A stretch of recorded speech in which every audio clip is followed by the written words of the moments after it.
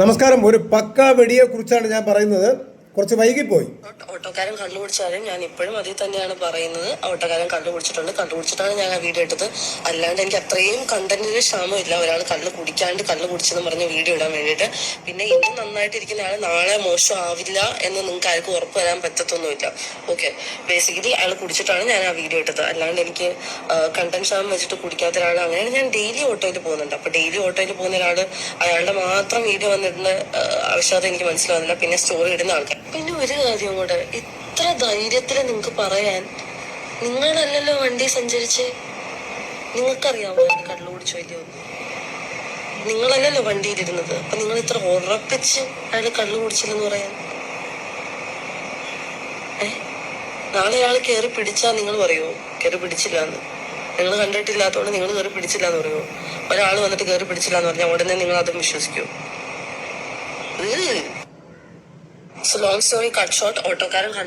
Okay, അപ്പോൾ ഈ പറവെടി ഇങ്ങനെയാണ് പറയുന്നത്. പലരുടെയും കൂടെ പോയി വളരെ മോശമായിട്ട് ജീവിക്കുന്ന ഒരു വെടിച്ചിയാണ് ഇങ്ങനെയുള്ള ഡയലോഗ് അടിച്ചുകൊണ്ട് വരുന്നത്.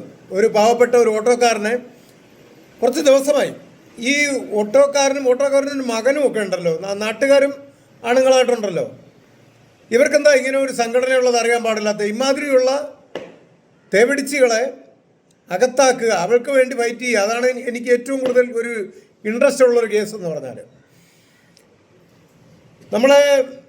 ഇവർക്ക് ഈ ഇദ്ദേഹത്തിൻ്റെ ഈ ഓട്ടോ ഡ്രൈവറുടെ മകന് എന്നെ ഒന്ന് വിളിച്ച് പറയാമായിരുന്നല്ലോ, അടുത്ത് എന്ത് നടപടി ചെയ്യണമായിരുന്നു എന്നും.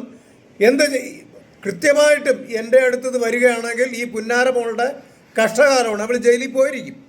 കാരണമെന്ന് പറഞ്ഞാൽ ഷിംജിതയെ ജയിലിലാക്കിയതിൻ്റെ അതേ മാതൃകയിൽ ഇവിടെയും ജയിലിലാക്കും. ഒരു മാറ്റവുമില്ല. ഇങ്ങനെയുള്ള ഒരുത്തികളും ഇങ്ങനെ ഈ മൊബൈലും പിടിച്ചുകൊണ്ട് നടക്കണ്ട. എന്തെങ്കിലും ഒരു വാക്കുതർക്കം ഉണ്ടാവാം, അല്ലെങ്കിൽ എന്തെങ്കിലും ഒരു ഇഷ്യൂ ഉണ്ടാവാം, അതൊക്കെ സ്വാഭാവികം. അപ്പോഴേക്കും അയാൾ കണ്ണുകുടിച്ചു, അയാൾ കയറി പിടിച്ചു.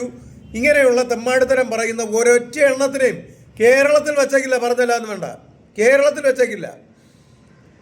മെൻസ് അസോസിയേഷൻ ശക്തമായിട്ട് ഇടപെടുകയും ചെയ്യും, നിന്നെയൊക്കെ അകത്താക്കുകയും ചെയ്യും. ഇവർക്കൊക്കെ ഇത്രയും ദിവസമായി ഇവരുടെയൊക്കെ നമ്പർ തപ്പിപ്പോണമെങ്കിൽ കുറച്ച് ബുദ്ധിമുട്ടാണ് അല്ലേ? എനിക്കിത് കണ്ടുപിടിക്കാൻ ബുദ്ധിമുട്ടാണ്. പക്ഷേ എൻ്റെ നമ്പറോ ഈ സംഘടനയെക്കുറിച്ചോ അറിയാൻ പാടില്ലാത്തവർ കേരളത്തിൽ അത്യാവശ്യം ആരുമില്ല. ഈ ഓട്ടോ ഡ്രൈവർക്ക് അറിയില്ലെങ്കിൽ ഓട്ടോ ഡ്രൈവറുടെ മകനെന്തെങ്കിലും അറിയാമല്ലോ, അല്ലെങ്കിൽ ആ ഓട്ടോ സ്റ്റാൻഡിലെ പലർക്കും അറിയാമല്ലോ. കാര്യം ഞാൻ പലയിടത്തും കൂടി നടന്നു പോകുമ്പോൾ ഓട്ടോ ഡ്രൈവർമാരെ കൈ കാണിക്കുകയും സംസാരിക്കുകയും വിളിക്കുകയൊക്കെ ചെയ്യുന്നുണ്ടല്ലോ. അപ്പോൾ ഇവർക്കാർക്കും അറിയാൻ പാടില്ലാത്തതുകൊണ്ടല്ല. നേരെ എന്നെ ഒരു കോൾ ചെയ്ത് തരുന്നുവെങ്കിൽ ഈ പറവടിയെ ഇതിന് മുന്നേ അകത്താക്കിയാണ്. ഇത്രയും ദിവസം പോലും താമസിക്കില്ല. മനസ്സിലായില്ലേ? അപ്പോൾ പറ്റിയാൽ എല്ലാവരും ഷെയർ ചെയ്യാം. ഞാൻ all Kerala men's association president Vattiyoorkavu വൈസ്കുമാർ. എല്ലാവരും ഈ വീഡിയോ ഷെയർ ചെയ്യുക, കമൻറ്റ് ചെയ്യുക. അതുകൂടാതെ ഇദ്ദേഹത്തിൻ്റെ അടുത്ത് എത്തുമെങ്കിൽ എന്നെ ഒന്ന് വിളിക്കാൻ പറയുക. ഇങ്ങനെ നാട്ടുകാരൊക്കെ ഒന്ന് കാണുകയാണെങ്കിൽ കൃത്യമായിട്ടും പണി കൊടുക്കാൻ പറ്റുന്ന ഒരു സാഹചര്യമുണ്ട്. Okay, thank you. എല്ലാവരും ഷെയർ ചെയ്യും കേട്ടോ. പിന്നെ വിചിത്രമായിട്ടുള്ള വേറെ കുറച്ച് കാര്യങ്ങൾ പറയാനുണ്ട്. നമ്മുടെ സമരം നടന്നതുമായിട്ട് ബന്ധപ്പെട്ട് കുറച്ച് കാര്യങ്ങൾ വീഡിയോ ചെയ്യാനുണ്ട്. പക്ഷേ അതിനേക്കാളും കുറച്ചുകൂടി പ്രാധാന്യമുള്ളൊരു വീഡിയോ ആയതുകൊണ്ടാണ് ഇത് ചെയ്തത്.